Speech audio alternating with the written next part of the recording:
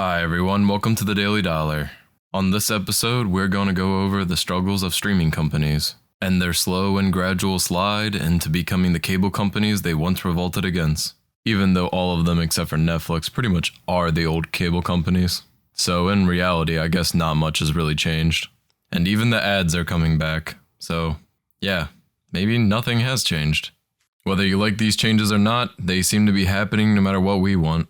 Because at the end of the day, money needs to be made, so let's find out how they're making it, why they're making these changes, and just what the streaming industry's future may look like. And as always, support our content with a like, subscribe, and keep watching The Daily Dollar.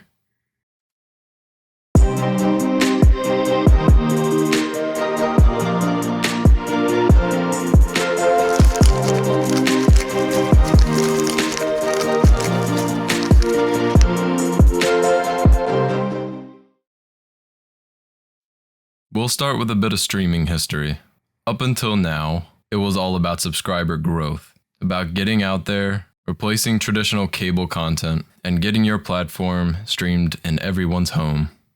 And then the pandemic started. Subscriptions exploded. But there's only so many people and so many homes that could actually buy this. Traditionally, the cable companies never had to deal with this. They use monopoly power to lock people into high margin profits. These subscriptions were completely overpriced and most people didn't use most of the content they paid for. But when your only options are to either pay or literally be lost in the dark because you have no other form of content besides radio, most people paid these outrageous prices because they had no choice. And then the internet was born. Besides having another source of information and news, this didn't really change the content space all that much at first. But then as the data on the internet went from text to picture to video to high quality content, well, that's the change that the cable companies never wanted. Then a young scrappy startup called Netflix decided to get into the streaming space. And while being ignored at first, the reign of the cable monopolies was over. All hail the content monopolies that are using nostalgia in your childhood against you. Disney. Netflix went from a hub of other companies' content to making their own originals that, in most ways, surpassed the content they were paying for. Now all they had to do was scale. Scale subscriptions, scale content, and scale revenue. The problem was people consumed content at a completely unsustainable rate. This started to raise the question of how can streaming make money without spending more on content? After all, they don't have the monopoly power of the traditional cable companies. I really want to emphasize that point. The cable companies had a monopoly. You either watch content through them or you watch none at all. This gave them that pricing power. This is why they are also hated. But streaming subscriptions don't have that issue. You can cancel anytime. You could subscribe for a month or two and then cancel. You can make an account just to watch a single show that you heard about. The staying power was dramatically eliminated.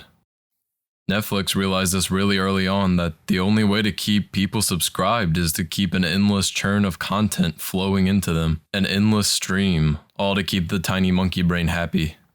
While Netflix doubled down on their originals, knowing that one day their competitors would notice and pull their content.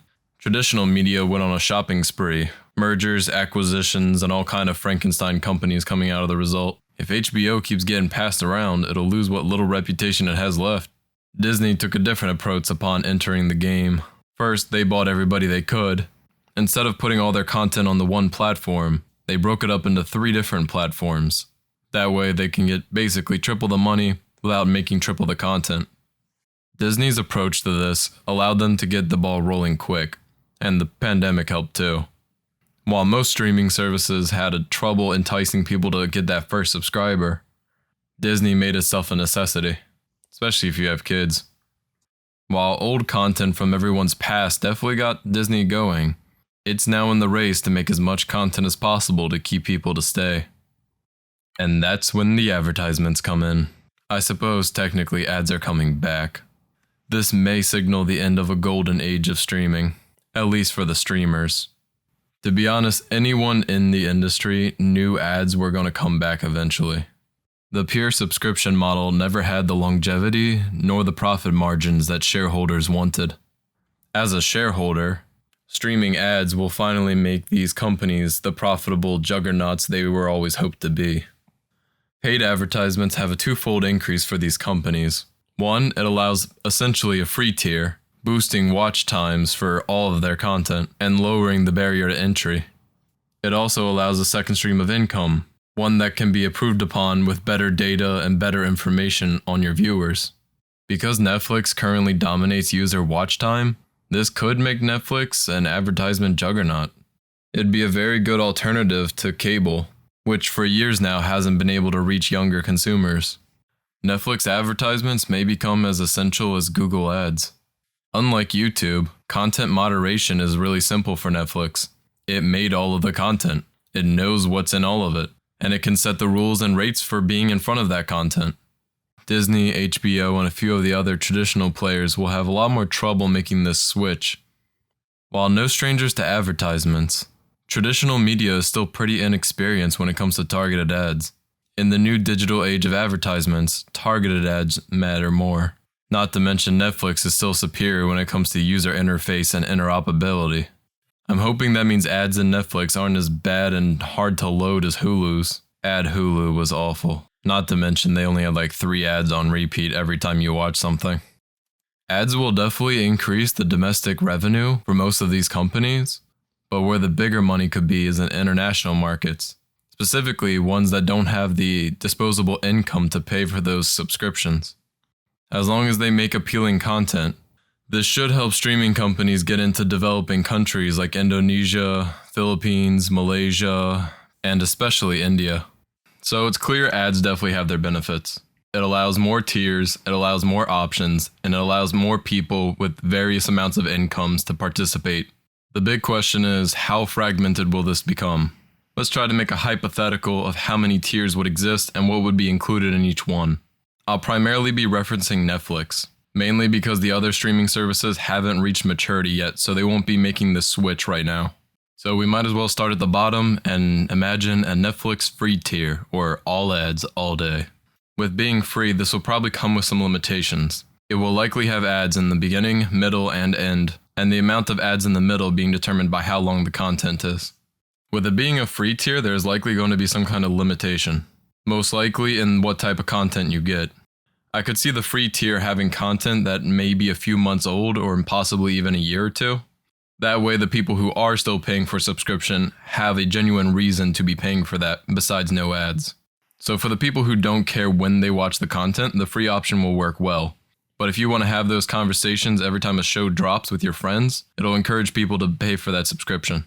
Netflix will need to make sure when making free tiers or very low cost tiers that the people who are still paying those higher amounts for their subscription have a justification for it. The next tier would start the subscriptions again. This one being relatively low cost, maybe only say $5 a month. The point of this tier would be to lock people in without the financial burden of the higher subscriptions. This tier would still likely have ads, but likely a reduced amount, perhaps only one in the beginning and the end.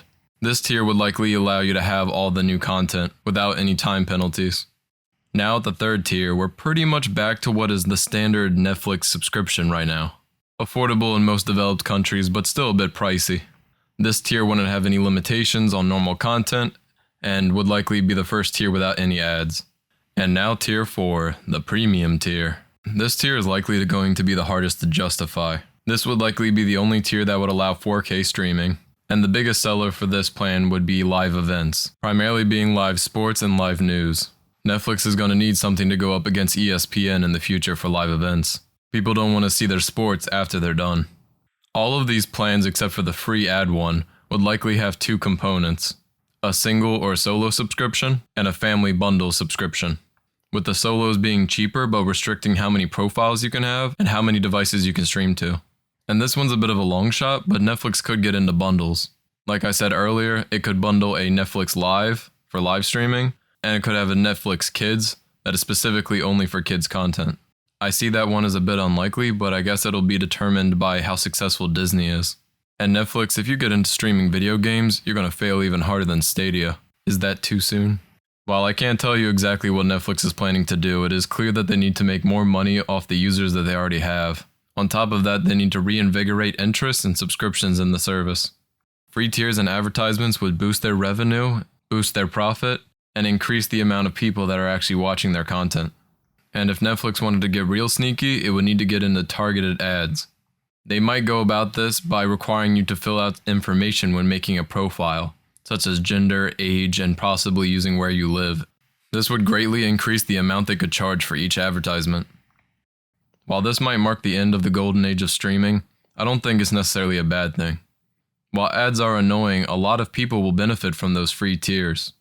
I use Netflix as the example because, like I said, Disney and HBO and some of the others are nowhere near maturity yet, so they don't need to make this advertisement switch. But what do you guys think? Tell me in the comments below. Will this be a dumpster fire, or will this just be the next chapter of streaming? One day we'll all look back and tell our kids that it was better back in the day. If you like our content, please like, subscribe, and keep watching The Daily Dollar.